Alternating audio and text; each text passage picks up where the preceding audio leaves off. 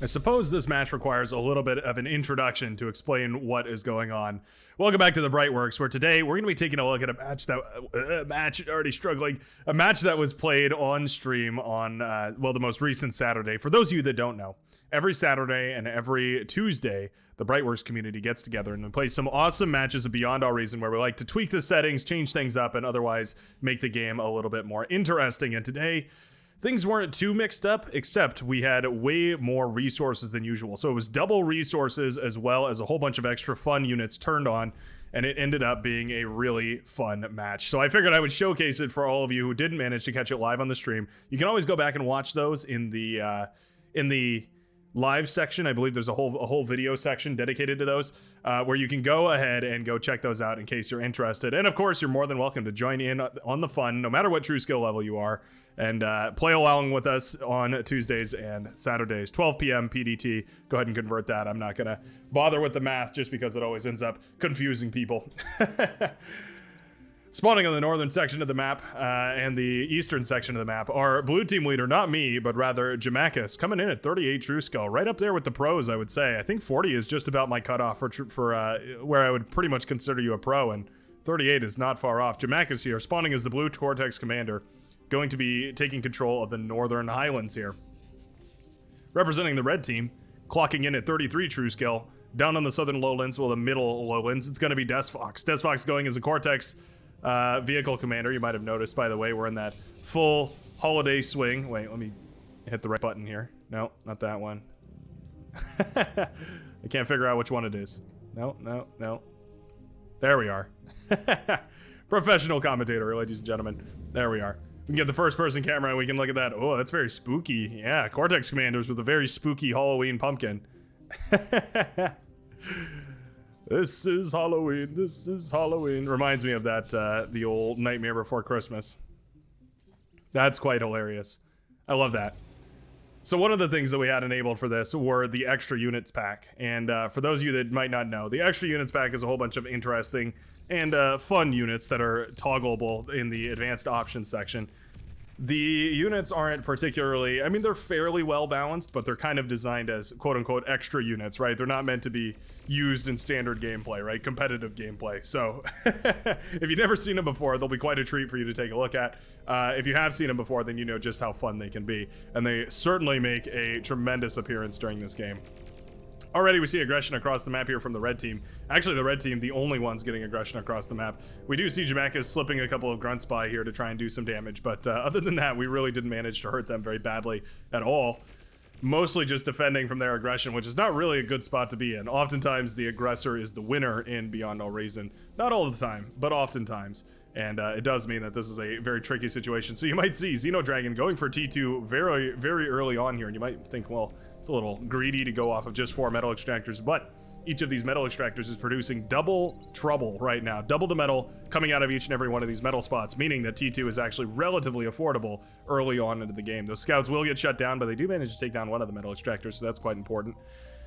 With those metal extractors being double powered, it also means that those metal extractors are much more valuable, right? Everything produces more metal, means everything is twice as valuable to keep up and running here. So you can see that I've already got tons and tons of units out on the field, tons of pawns running around all over the place, Jamakis as well. Everybody basically has tons of units running around, and it's because those units are so much cheaper relative to the amount of metal that you can actually pump out. I was actually having a huge problem spending my metal. At this point, I sent some constructors up to the highland here to try and build some wind turbines. I was having a real trouble trying to actually figure out how to pay for all the units that I wanted to produce.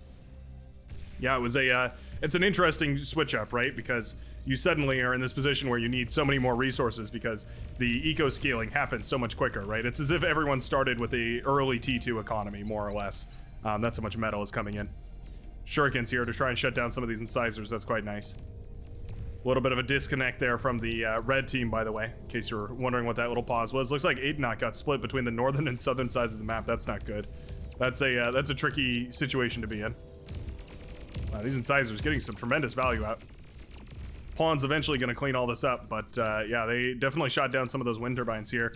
Our green player, Jean Congy, are, yeah, they're getting hit pretty hard in the backline here, and that's difficult to recover from. Gonna be, oh, we need to see this pawn move over. Gonna be important that they recover, is what I was trying to say here.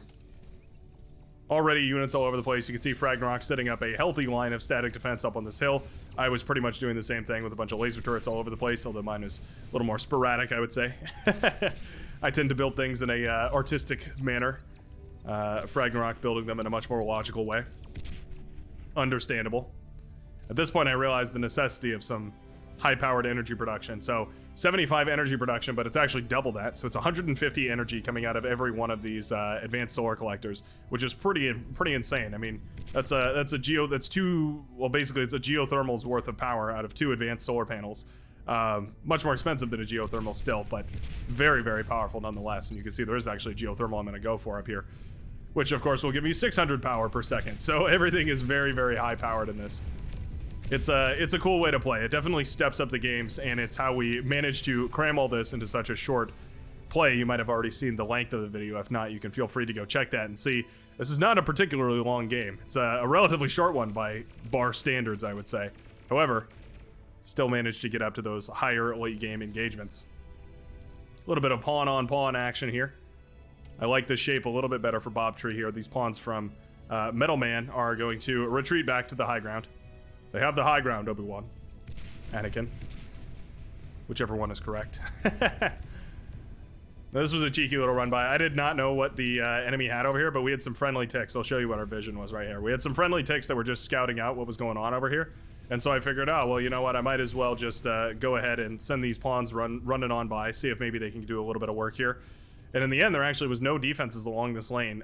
The opponent right here had decided to go for T2. That was Fragnarok. Decided to go for T2.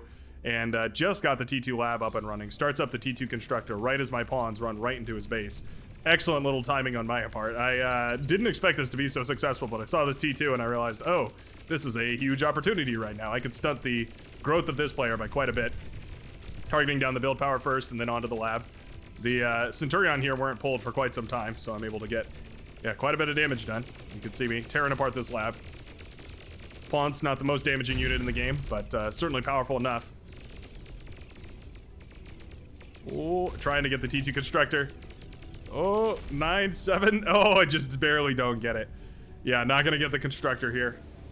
6% health remaining on that bad boy. It barely lives, but it is going to mean the Fragnarok at the very least gets a T2 economy out of this, even though yeah, that T2 lab has gone down here. Very cheeky. Lightning tanks are out up north here for Jamakis. There's a spy bot there. Interesting. I wonder what we're gonna use the spy bot for. Oh, not much. Well, it barely survives. Does get blasted down by lightning tanks right there. I wondered what the spy bot was for, but I guess we never got a chance to use it, so not gonna be dealing with that, I suppose. These lightning tanks are quite a pain. Jamak is very low, 24%, and the lightning tanks are jumping on him. Commander is cloaked, it just refuses to cloak again. There we go. Finally cloaks, and it will survive. Just barely, but it will survive nonetheless. At this point, all I had were ticks, which are pretty much the worst unit you can send in against lightning tanks. And eventually cleaned it up, but man, what an expensive trade.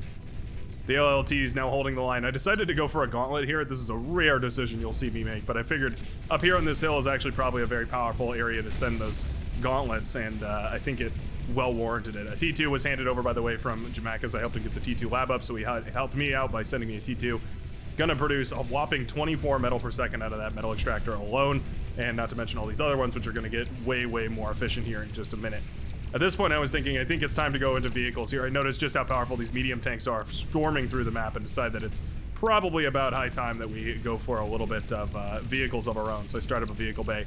Now, this is one of the extra units. It's the Zapper. It's a little light EMP vehicle. It's like a little race car that just drives around, a little RC car, rather, that just drives around and EMPs things whenever it can. It's adorable, I won't lie. I'm AFKing a bunch of these units here. Not ideal.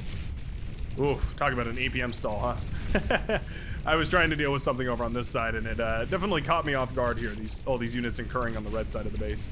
You can see now I'm starting to pump out some of these vehicles. So much metal coming in from this T2 economy that just barely started up here, and already you can see with the 24 coming in from these metal extractors, it's just a huge, huge boost to the economy, and now I have no way to spend it all, basically. I'm just trying desperately to, but there's not really very much I can do. At this point, our teammate Angel here, completely ravaged. Solar panels, I mean, he still has the T2 constructor, so very viable to rebuild here, but definitely on the back foot for the time being. Meanwhile, yellow forces are leaking out of Adenot space up in the northern side as well as down south here. You can see both fronts dealing with massive incursions of yellow forces. Definitely getting a significant amount of damage out across the entire field here. Mesa is going to clean up these tanks quite nicely once they're paralyzed. Definitely a viable option. Basically anything works against the tanks once they're paralyzed. I sent the blitzes in to try and, at the very least, gum up these tanks, and I think it worked perfectly. Zappers also doing their part, trying to stun as many of these tanks as possible. In the end of the day, though, most of them will just retreat off of here. Lightning tanks up on the northern side have been just downright devastating, though. And you can see those being pumped out of the orange player's base in the back here. God Official sending those lightning tanks through and getting so much value out with them. There's really nothing we have that shuts them down. Finally, sumos hit the field, and they're pretty good against them, but you definitely need the sumos in number. 1 or 2 sumo are just not going to be enough here. In accompaniment with the grunts and the Sheldon, eventually cleaned up. But yeah, those sumos are definitely key in defending all of this. There's also a console eating up all this metal. That's always lovely. My commander in a little bit of trouble here. Hounds are now blasting away. Jamak is trying to warn me. Too many battles all over the place. I was too busy getting units all over. You see me sprinkling units all over the place, trying to get vision. Basically just didn't want to be caught with my pants down. Sending units over here to try and resurrect whatever I could as well. Trying being the key word here. Some of these eating up metal as well, and you can see now I have 6,000 metal and no way to spend it. Trying to build more and more build power here, but I was definitely behind the curve. I had my T2 constructor just idling back here. Definitely should have either gotten some T2 economy up and running or maybe gotten some more T2 units up and running. Maybe a T2 Cortex lab would have been the right decision here. Go for a whole bunch of those fiends. I decided to go into Armada T2 and go for a bunch of sprinters. I also wanted to eventually get into sharpshooters. Those are always very powerful, and I thought it would be a worthwhile investment here, especially considering how heavily Desfox was leaning into these vehicles. I thought it might be a decent decision. Gauntlet is up here. 7 confirmed kills. I was pretty happy with this thing. I'm not often happy with the gauntlets, but this one seemed to be doing a decent enough job. Firing away at all these units here. Scratching them up quite nicely. You can see just how far it can fire here. Just a tremendous range just because it's up on this hill here. Very, very nice. Prude, probably a good idea. Hadn't thought of it, but it's definitely a great idea. At this point, I'm starting up full-blown T2 and 2 different T1 labs, and then I start up a advanced fusion reactor as well. 3 minutes on that bad boy, and yeah, it's a very metal-intensive unit eco composition I'm going for up here. Lightning tanks again, just gonna destroy any of these units that they come into contact with. The grunts evaporating into thin air here. T2 goes down as well. Oh, that's so expensive. Yeah, we don't have any of those sumos out. The sumos were absolutely keeping this together. I had a couple of sprinters over here. Sprinters are quite good at dealing with these lightning tanks. I don't know when I noticed this. I guess never. Finally, I pulled some units to deal with these lightning tanks that have been running into my base here. Quite a late reaction. I think it was busy trying to deal with whatever was going on over here on that side of the map. Meanwhile, down south, the Sprinter Hound engagement. Looks like the yellow sprinters are just being pumped out one by one out of the back line here. Looks like Adenot has just gone full-blown into economy. He did inherit the economy of 2 different players, meaning that he has the eco to lean extremely heavily on one side. I didn't realize that in game, but that's quite interesting. When a player takes, I mean, obviously they're going to have a extremely superb economy, but I didn't realize that that was going to be Adenot down here, because I guess I didn't know, or I didn't realize that Adenot had took. Yeah, yellow forces were over here, so I just assumed that's where he was playing, but realistically, yellow was actually playing on the southern side. So he had all the economy of the northern helping on this push on the southern side, and down goes the base of our player down south here, Bobtree, who was trying desperately to hold on, but essentially against a 2 versus 1. Almost a 3 versus 1, basically. Middle of the map is fairly well under our control. We have a decent hold. Commander was cloaked right here. Managed to get right on top of these units. D-gun. D-gun. Oh, a little miss right there. There we go. But up north, we've lost so many of these forces. All of those sprinters were just bundled up right there for Jamakis. The 3rd T2 constructor is headed out here. Jamakis desperately needs to find a way to push forward here. Maybe a bulwark would be the right decision. Just going for some way to fortify this position here. Oh, the commander getting really low. Commander does fall. It takes out all those tanks, luckily, but yeah, that is painful to say the very least. One more T2 constructor, surely. T2 constructor wars. Poison Arrow now dismantling all of these units over here. Gauntlet firing away, but it's a little bit blocked by this chainsaw in front of it. My Gauntlet also firing away however it can. There's not a jammer over here, which I'm a little bit surprised about. How many kills did this Gauntlet get? 11 kills on that Gauntlet. The Sprinter production has slowed down here, but there are tons of Resbots that are now picking up everything along the way that didn't survive the engagement here. Loads of res bots pumped out over here as well. Interesting. Aiden not doing a great job of adapting to the multiple sides, the multiple fronts that he's playing on. This is one of the other extra units, the EMP defensive metal extractor. Actually, I guess it's not an extra unit. This is technically a candidate unit, or whatever they're called. The units that they're considering adding in a new patch. You can see it fires out a little EMP ball.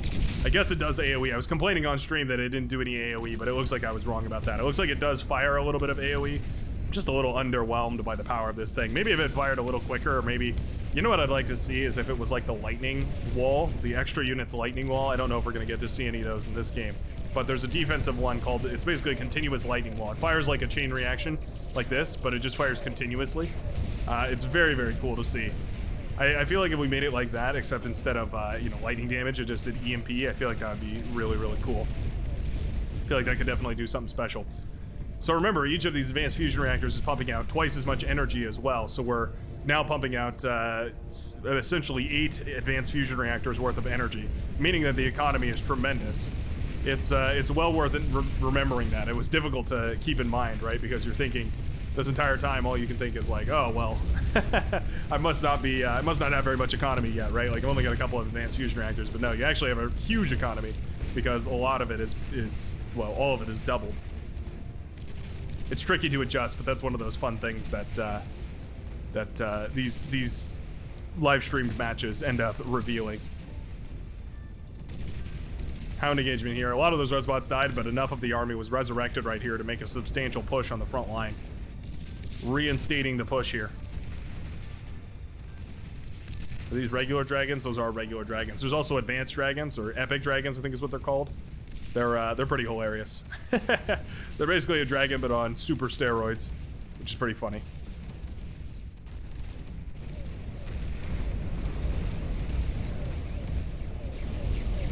The lightning tanks, man.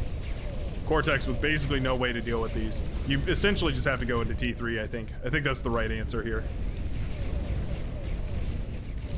My hounds were being torn apart as well. Started to send some spam units in front to try and give me a little bit more vision. Hounds were doing okay, but it was a losing battle right there. Gunslinger's very nice, as well as those rocket spiders. The rocket spiders can fire away for so long. Such high range on those bad boys. Sharpshooters are now out for Jean Conji. Sharpshooter's very powerful, of course. The air jumps on top of the dragons, though. No air forces to accompany those purple dragons. Well, there are air forces, but they're lagging behind a little bit. And most of those dragons are going to go down. Slowly but surely. Talk about sturdy, right? Those dragons are very, very difficult to kill, but every one of them costs 5,000 metal-ish. Very expensive investment as well. Sprinter's trying to find a little run by here. Ooh, hounds could fire on that and get a nice trade. They're running away.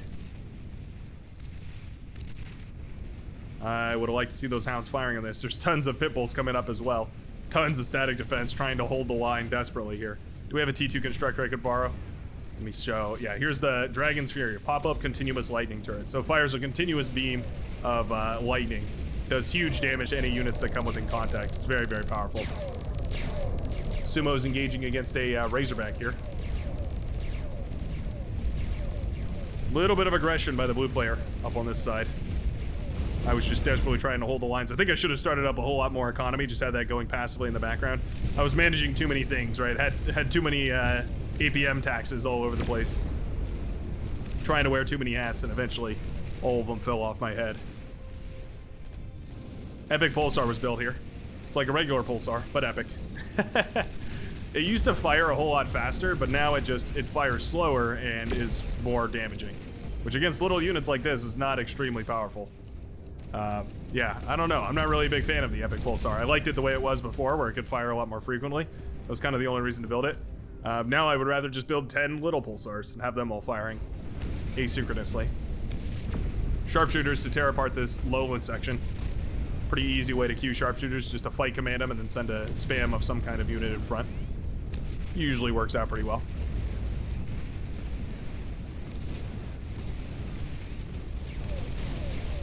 Commander death up north here.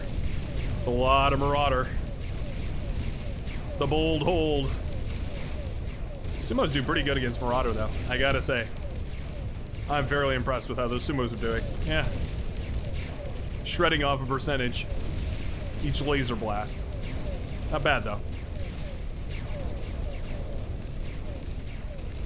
Well, they're getting closer. Not gonna make it in the end, but very, very close. Tons of metal right there, though. Oh, you can see so many Marauder coming out. Full-blown T3 production. We do have those T2 advanced production towers as well. We go to V, and then C. The T2 construction turret, capable of building quite a lot. We have 2 Marauder production facilities here. Desperately need to eat up this metal and turn it into T3 of our own. I don't think oh yeah, I did have a T3 gantry. Here's some of those extra units, by the way. We have the Epic Grunt, the Epic Czar, the Epic Karganeth. Demons, 2 demons. And, well, I guess that's all for Cortex. Armada has a couple other options as well. Apparently Legion also got an update. They have a new unit. I forget what it's called, but it's basically a big mech suit. Looks like a Gundam. It's pretty hilarious. I love it, though. Beamer turrets, man, holding the line. At least for a little while. Eventually overwhelmed here, but man, did they do some good work. Can you imagine I had surrounded those beamers with T2 walls? They would have survived even this entire assault here. Very powerful turret. I self-D'd my commander over here to try and soften up a whole lot of these Marauder. And for what it's worth, I think it actually worked out pretty well. Brought all of these pretty low here. At the very least, within reasonable striking distance of sharpshooters and welders and sumos and all that good stuff. Trying to hold the line desperately. They're going for a Calamity over here. Calamity is always very dangerous, of course. Massive bomber wave coming out as well. Those are T2 and T1 bombers mixed together. The hailstorms mixed in with the whirlwinds, and all of it is headed right towards the economy of the green player. Uh-oh. Oh. A little bit of a change of heart there. Gonna go after the Aphises instead. Probably a good idea. The bombs will drop before they explode, meaning that the green player pops like a Christmas tree overdrawn. Too much amperage, and the bulb pops. I always make that comparison. I wonder if anybody gets it. I don't know if I'm just speaking gibberish, in other words. Oh, and the bombing continues over here. Manages to take out the economy for Tin Legs as well, setting him on the back foot. The yellow stream of infinite sprinters here, very difficult to deal with. Not a lot of defenses that keep up with that completely here. Sharpshooter's doing a decent job of holding back the Marauder. Every time they click, a Marauder dies. Well, or gets close to dying. The Welder's more than happy to finish them off. Yeah, Sharpshooter's a force to be reckoned with for sure. Sharpshooter Welder is a pretty potent combo. The Sharpshooters pretty much bring anything that's anything that's T3 down to a reasonable range for the Marauder to kill, and then the Marauder, of course, or sorry, for the Welder to kill, and then the Welder, of course, can just finish off whatever the Sharpshooters can't. Helps deal with that overkill issue that Sharpshooters often have. You can see now I've got tons of metal, and I'm still not able to spend it. I've started up Epic Grunt production, 6,000 metal for one of these bad boys. There it is on the front line. You can see it's basically a Razorback. Razorback with 12,000 HP, or 11,000 HP. Does pretty good against Marauder, though. I was pretty happy with it anyways.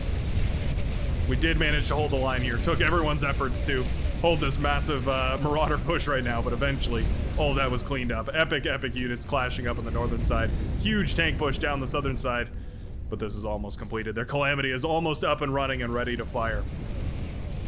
I'm almost running. I'm always wondering how you guys feel about the covering matches that I've already played, matches that I've already spoiled for myself. I can't help but remember exactly what happens during this match. The Great Wall is being built down here. That's always lovely. Massive engagement up here. Whoops, up here. Thor's pushing forward, trying to find a good connection, and I think they found it. Here they come. I always like watching these because it does mean that I get a chance to rewatch some of the games that I didn't see before. Drone carriers over here, launching little attack drones all over the place. We do have a bunch of fighters, but they're not focused on that. They're focused more so on the fighters up north, trying to shoot down the enemy fighters, incurring all over our face. Thors are coming in hot.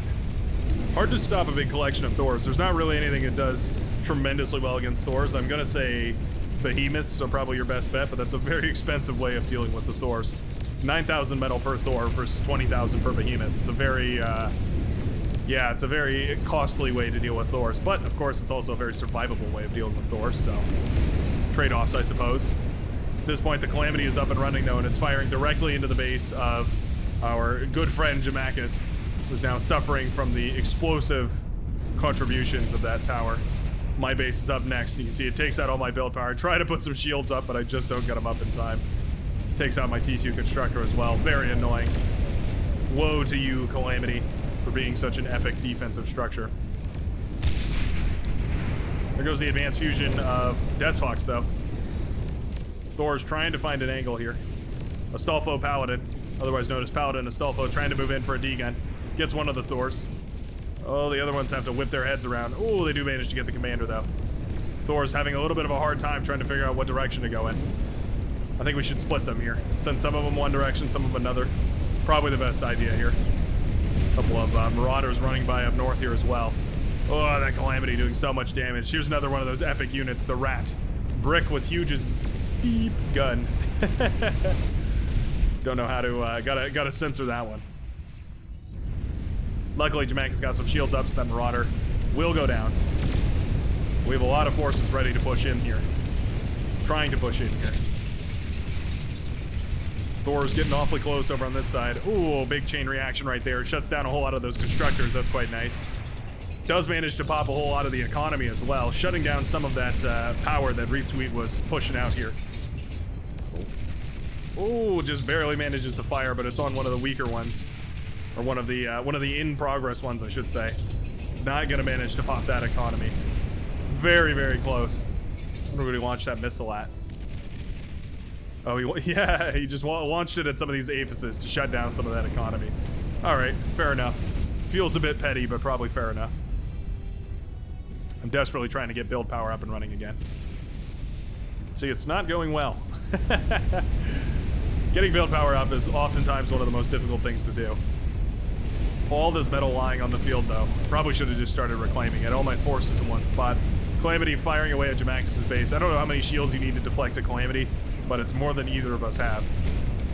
Rats now firing away whatever they can. Are these targeting the drones here? That's quite funny. I didn't even know they could do that.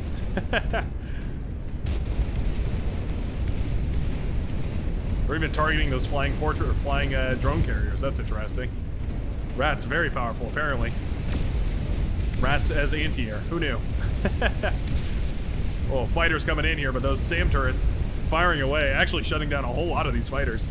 Yeah, there's a lot of AoE on each of those SAM turrets. And, well, okay, sure. Managed to connect. Shutting down huge batches of those fighters. It's a lot of bombers, though. Still not enough. The Rats firing upwards into the T2 bombers managed to shoot them down. What on earth? That is a wild matchup. I've never seen that one before. Epic dragons now out on the field. Well, it's a dragon, but stronger. Very useful tooltip. Very good.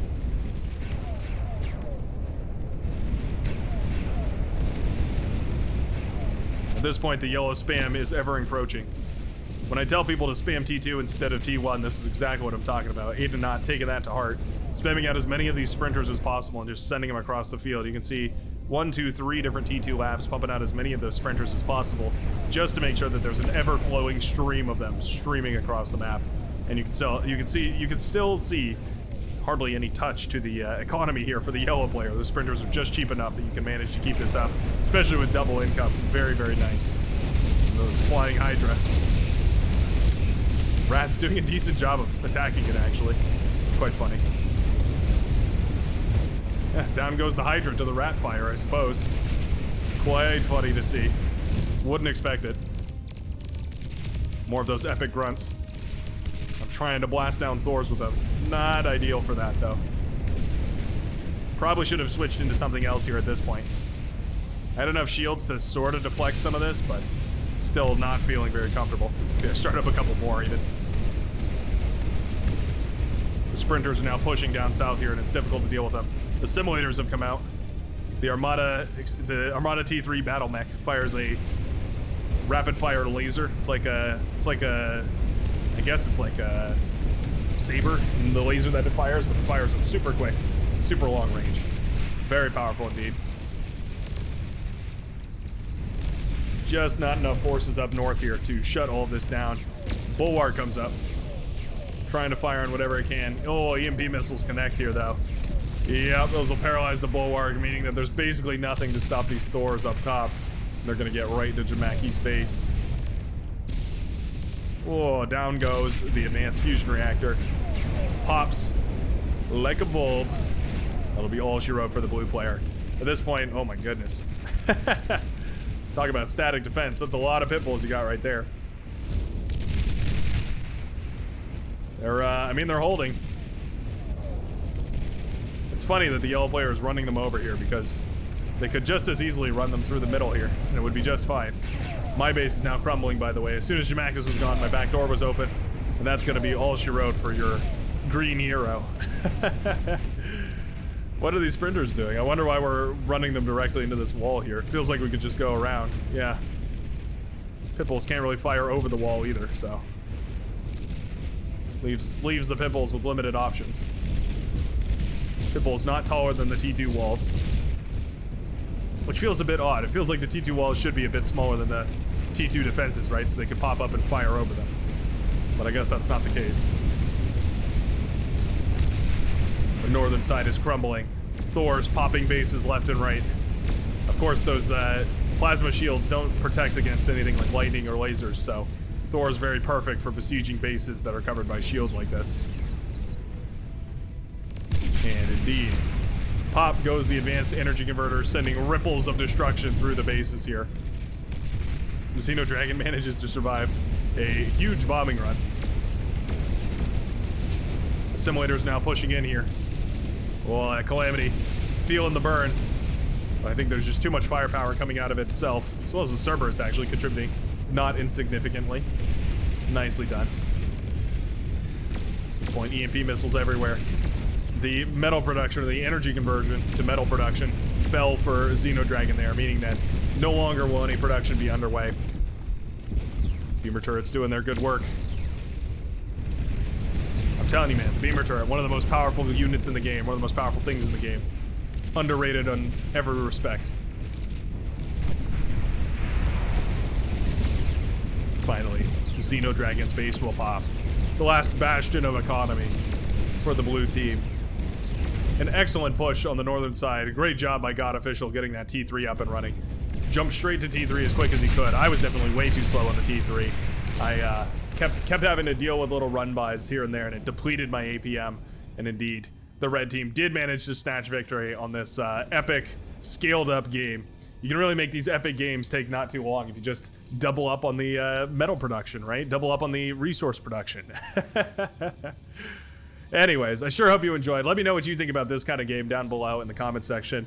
Hopefully this encourages some people to maybe think about tweaking some of the settings themselves. Yeah, hop into those lobbies, think about adjusting some of those values and see just how fun you can make your game. Highly customizable. It's one of those things that makes this game so special. Anyways, this has been The Brightworks, and I sure hope you've enjoyed today's video, and I will see you in the very next one. Peace out, folks.